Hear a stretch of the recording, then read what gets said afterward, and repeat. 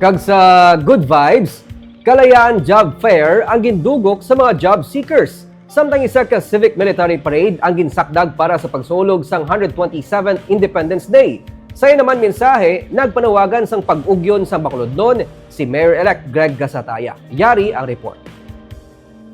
Bisa nag-ulan, nagtipon sa gihapon ng mga city officials kag empleyado sa Bacolod LGU, kaupod si katapos ng Department of Education Division of Bacolod, mga pulis, army, bumbero kag Coast Guard para dumdumo ng ika-127 nga Independence Day sa Bacolod Public Plaza kaina sang aga. Ang seremonya ang ginpangunahan ni Mayor-elect Greg Gasataya nga naghalad sang bulak kaupod ng mga city officials sa Monument of the Unknown Soldier.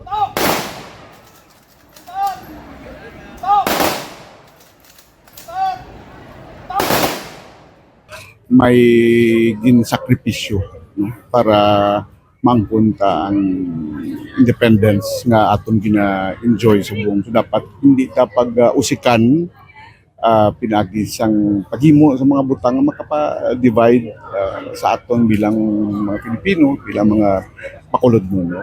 Kaya at least ang ginsakripisyo nila hindi mausikan. Masunod yung ginihiwat ang Civic Military Parade nga ginupdan sang veteran organization. Mga estudyante kag manunudlo, fire volunteer organization, katapos ang government agencies kag barangay officials pati na mga private organizations. Dungan sa parada, ang ginbuksan nga Kalayaan Job Fair sang Department of Labor and Employment upod sa Bacolod Peso kag management sang SM City Bacolod. Ginpahayag ni Dole Western Visayas Regional Director Attorney Sixto Rodriguez nga ang pagsakripisyo sa mga baganihan nga nagpakig-away para sa kaninong kagkahiliwayan sang pungsod ang magaserbe dapat nga inspirasyon sa tagsa-tagsa para malampuwasan ang gyera kontra sa kapigaduhon. Let us therefore embrace our theme, kalayaan, kinabukasan, kasaysayan. Together, we advocate for freedom from poverty. Let us join hands to create a brighter future for our children and invest in our collective well-being. Let us renew our commitment to the welfare of Filipino workers.